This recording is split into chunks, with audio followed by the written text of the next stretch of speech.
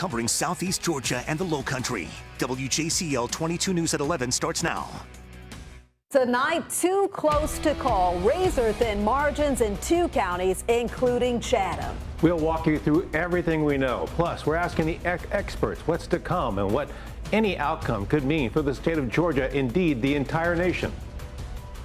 And thank you for joining us at 11. I'm Dale Julin. And I'm Shannon Royster. First, what everyone wants to know. Where do the candidates stand right now? Well, let's take a look. And we are still waiting for a few counties to come in. But right now, in the race between Republican incumbent Senator David Perdue and his Democratic challenger Jon Ossoff, David Perdue is in the lead, holding steady right now with 51% of the vote to Ossoff's 49%. That's 91% of precincts reporting. In the race between Republican incumbent Senator Kelly Loeffler and Democratic challenger Raphael Warnock, the incumbent again in the lead, 51% of the vote to Warnock's 49% of the vote. Now remember, this race determines who controls the Senate. If one Republican wins the race, they maintain control. If both Democrats win tonight, the Senate will be split 50-50.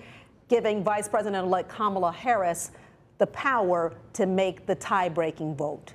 We have team coverage for you tonight across the entire Peach State, from Atlanta to the coast. We're monitoring every development in these races for you tonight. First, we begin our team coverage in Chatham County, where there are still a lot of votes left to be counted.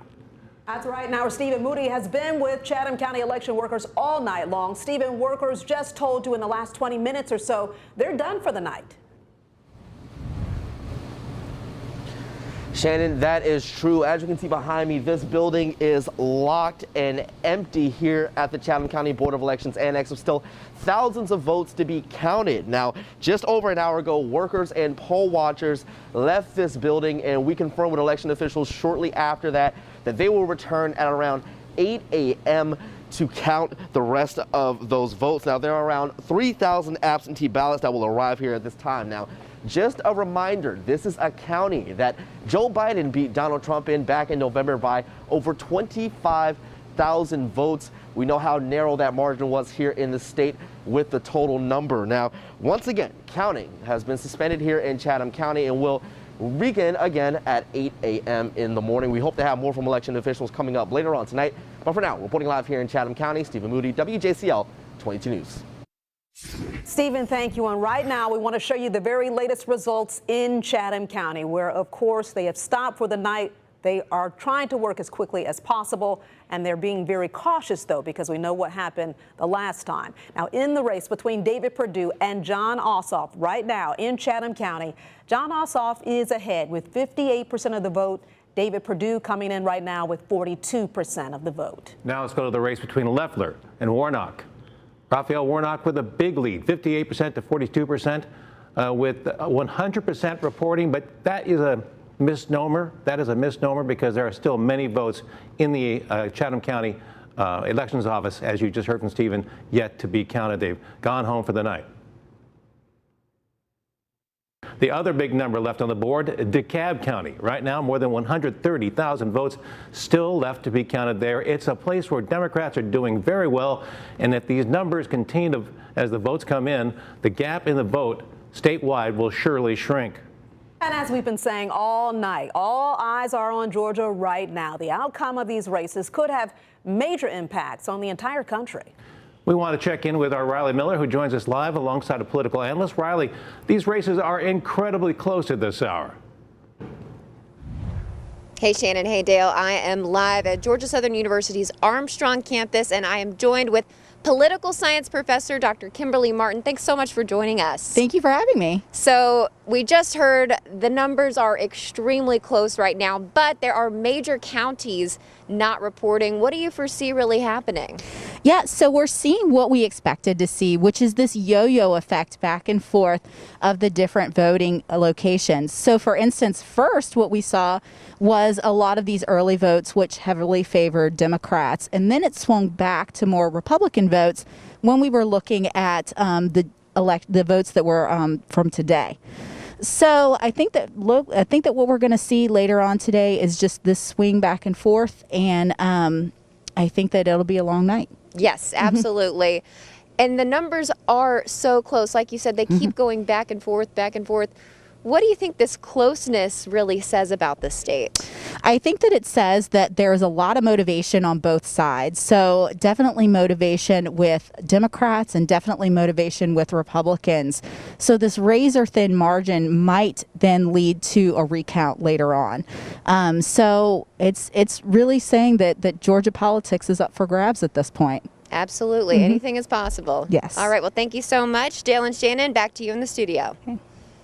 All right, Riley, thanks so much. Well, all new tonight, Gabriel Sterling with the Georgia Secretary of State's office says a Republican loss would fall squarely on the shoulders of President Trump. Here's what he had to say earlier this evening. Well, I'll speak for outside of my role working for the state. This is a personal opinion that'll fall squarely on the shoulders of President Trump and his actions since November 3rd. When you tell people your vote doesn't count, it's been stolen, and people start to believe that, and then you go to the two senators and tell them to ask the Secretary of State to resign and trigger a civil war inside the Republican Party, we need Republicans to unite. All of that stems from his decision-making since the November 3rd election. Now, WJCL has been in Atlanta all day long following the runoff election. Our Frank Sulkowski joins us now live from Buckhead, where the Georgia GOP has been holding an election party. Frank, how are things going there? Well, guys, this party got started right around the time that the polls closed all across the state of Georgia. The Georgia GOP, their supporters here at the Grand Hyatt in Buckhead. And again, we've talked about it here so far in the newscast. Not necessarily a celebration, not a negative feel, because that yo-yo effect, we're seeing it back and forth between the Republican and the Democratic candidates. So right now, the Republicans, what we have seen out of this party is around 7 o'clock to 8 o'clock, a lot of folks going into the hotel for this party. Then what we started seeing here in the past hour, small groups starting to leave. Of course, there is work in the morning.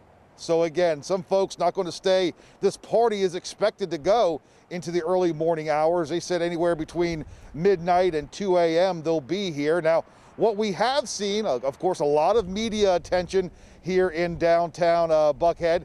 But one thing that we haven't seen are the candidates themselves. Now, of course, you have Senator Perdue. He wasn't going to be able to be here because he's still in quarantine after coming into close contact with someone who tested positive for COVID-19. Kelly Loeffler, she is yet to speak. Now, who we did hear from earlier tonight, a couple Georgia governors, one former, one current. We heard from Sonny Perdue, and we also heard from current Governor Brian Kemp. As you all know, we're the red wall that is trying to stop socialism in this great state.